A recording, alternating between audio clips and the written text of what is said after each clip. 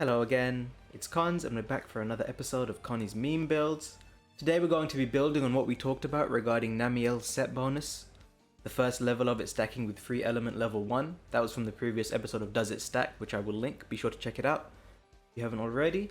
And we're going to use that to get to the highest possible water element on a bow.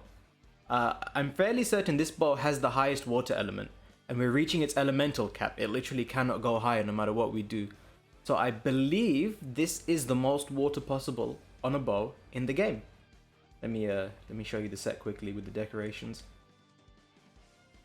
So please excuse all of the level 4 decos. If you lack them, it's completely understandable. Critical / maintenance can be replaced with critical. Physique plus can be replaced with a single constitution decoration. The experts, there's not much you can do aside from taking the L. And this one can also be swapped with just a single tenderizer decoration. And all you're losing out on is a little bit of Mantle uptime. So I tried to make this set so that it's fairly easy even if you don't have crazy level 4 decorations. Anyway, the crux of the set revolves around having 1 point of free element and then abusing Namielle Divinity alongside Volcano Divinity. Namielle Divinity means that as you attack a monster, you gain free element level 2 as well as a 60 point bonus to your elemental damage. That stacks with like the element up skills and stuff. And Volcano Divinity is just critical element, which obviously you want on your elemental bow sets. The rest of the skills are just standard DPS and standard stamina skills. The Mantle choice, Evasion Mantle, is pretty obvious. It's because it's crazy powerful. Glider Mantle I chose because it has a lot of uptime. This is giving me 180 seconds of crit boost, tool specialist to make my Evasion Mantle activate quicker, as well as more points of constitution.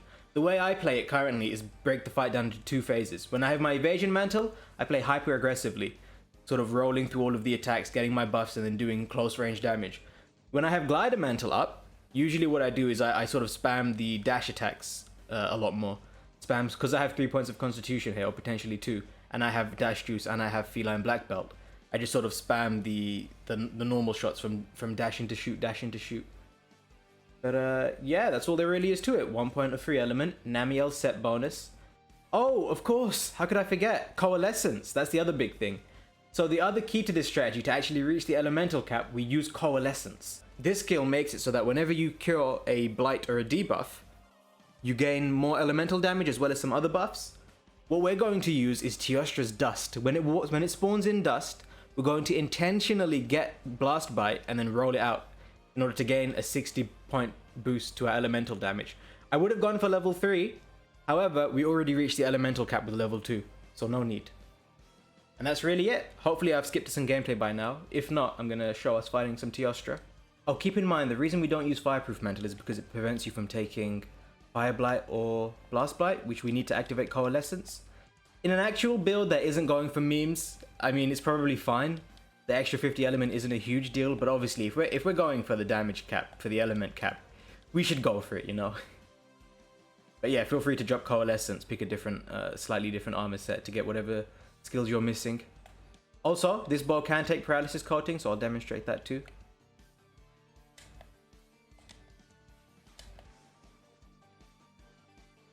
We're going to activate, I'll show you actually. There we go, 800 element. We were at 310. We are now at 800 because of Namielle's set bonus.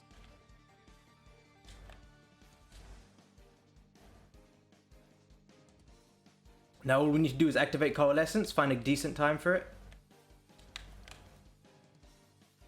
And this looks perfect. And all we need to do is roll off our Blast Bite, and we will have the elemental cap. Now you are going to have to keep up Coalescence and you are going to have to keep up element acceleration. That's kind of the fun of it. That's kind of why I enjoy the build.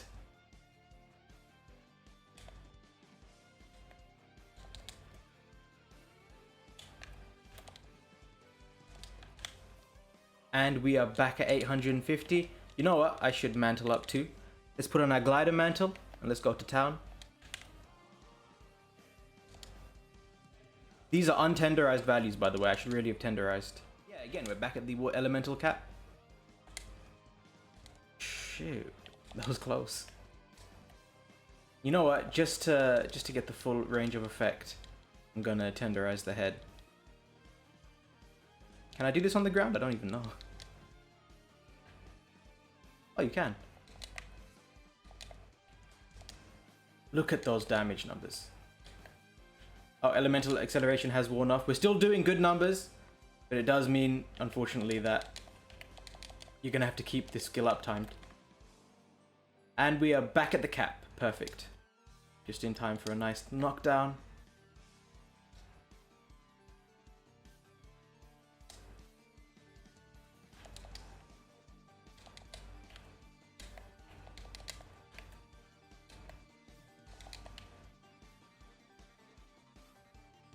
Really? Anyway, I think you get the idea. It's a pretty good build, it's pretty fun. It can be quite difficult to get the stars to align. You need to get element acceleration activated. You also need to get coalescence activated. Having the head tenderized and the evasion mantle active all at the same time, it can be quite difficult to do, don't get me wrong.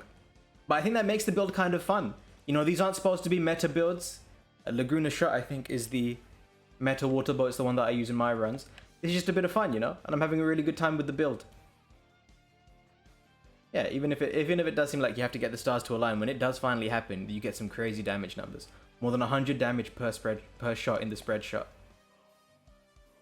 I hope that all made sense. I hope the build seems at least moderately useful.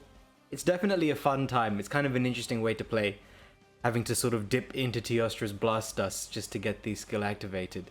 It's all good fun, and it's, again, I just want to emphasize, I'm not claiming this is some sort of meta build or the best way to play. It's just, as the title suggests, a fun little meme build that I've been sort of messing with because I don't really feel like playing meta at the moment.